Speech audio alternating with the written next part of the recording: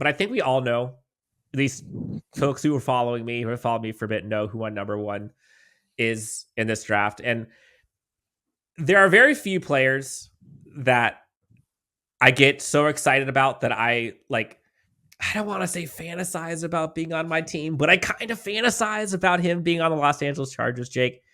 We got to come up with a name for this because you've had these players in the past, Dan, but we need to give them like a name header or something like that in a specific category that specifically just as it relates to how you view them. Like Dan's Diamonds. I'm just throwing that out there like an example, as far as like the guys I like that. Really, really bullish on. Okay. Because you've done this for the last couple of years with your guys that you were really, really excited about. I remember how excited you were when we were back in the days of talking about Antonio Gibson on the show. I remember how excited you were talking about him. So again, I know you've been wanting to talk about this individual for a long time in a more broader sense. So please, sir, the board is yours. Have at it. Take us home. Now, for those who don't know, if you don't know, now you know. Do yourself a favor.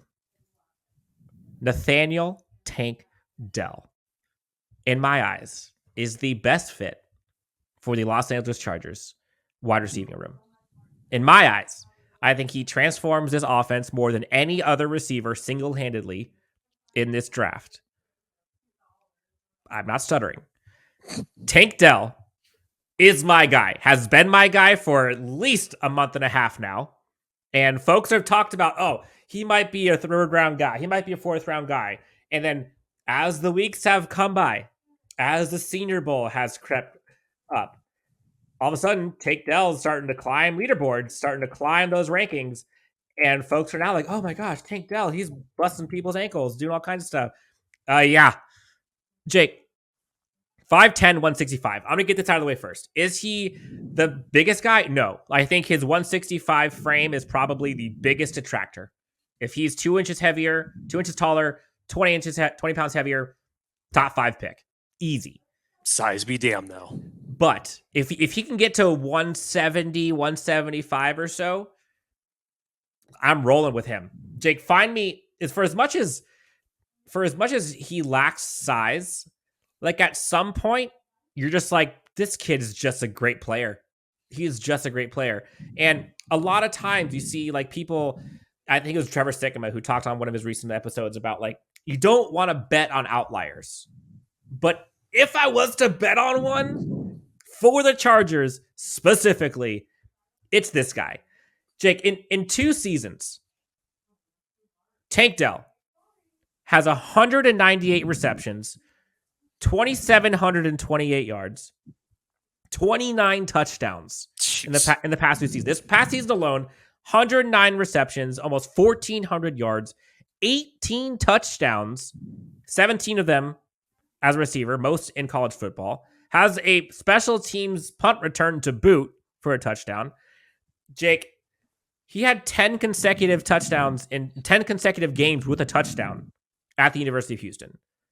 He legitimately breaks ankles, defies angles, breaks coverages, speed, quickness, agility, start, stop, production machine. The lateral movement that he brings is an element that Chargers receiving core just does not have. Similar to Zay Flowers, he can stop on a dime, start on a dime.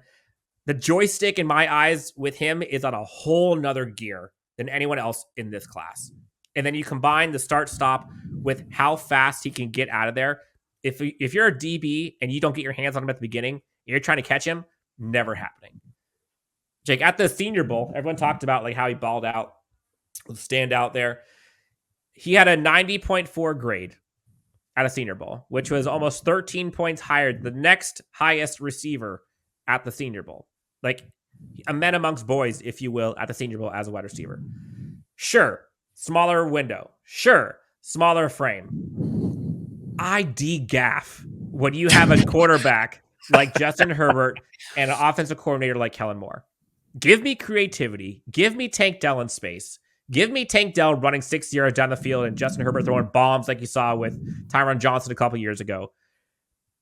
I will be sleeping like a baby. If the Chargers pick him at 21, is it a reach? Sure. I don't care. Do it. If you can promise me that we're getting him at 21, I'm good. Like, would I think it's a stretch? Obviously.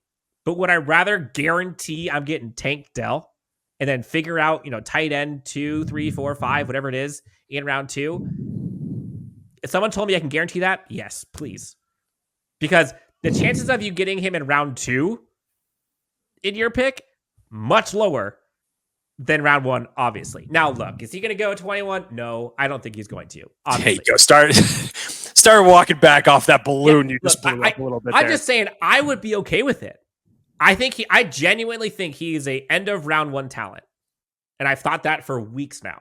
People have gone from early day 3s. Now they're going to maybe going to late day 2. Now they're going to middle day 2. Now they're going to early day 2. Again, wait till you get to the combine and watch the hype for this guy just go through the roof. Tank Dell, my favorite fit for the Los Angeles Chargers. Right now, again, it's fluid. But right now, favorite fit, my guy. Diners, Drives, and Dives got triple Ds. I've got Dan's Draft Diamonds. Okay, I got my own triple Ds. Tank Dell, stamp of approval, number 1 on my list. I was waiting for what your whole, soliloquy about Tank Dell was going to be. And it definitely didn't disappoint because you said a lot of stuff in there that I didn't expect you to say. What we should do is just on draft day is just have a live stream of Dan Wolkenstein for at least the first 3 rounds and watch him pace and watch him sweat and watch him stress and agonize over, is Tank Dell going to still be on the board whenever the Chargers selection comes up once again? And are the Chargers going to pull the trigger on him? I appreciate the fact that you started to walk back your statement that if he was the selection of the Chargers at the 21st, I would be I'm not walking that back. I'm not walking that back. I mean, well, you tried to kind of just level it out by saying, is he going to be a first round pick? No, he's not. No, he is. Hold on. Just to be clear. Do I think he's going to get picked at 21 by the Chargers? No. Okay. Do I think he's a first round receiver? Yes. Okay. Would I be upset if the Chargers picked him at 21? Also no. Let me ask. So just so we're clear, because we've said this as far as how we have viewed certain guys at possible 21 options. Mm-hmm. Jalen Hyatt at 21, Zay Flowers at 21. You would have more question marks about those two at 21 than you would at Tank Dell at possibly at 21. Is that what you're trying to tell me? Tank Dell, Zay Flowers, honestly, are pretty neck and neck to me. Jalen Hyatt, yes. I would rather have him than Jalen Hyatt.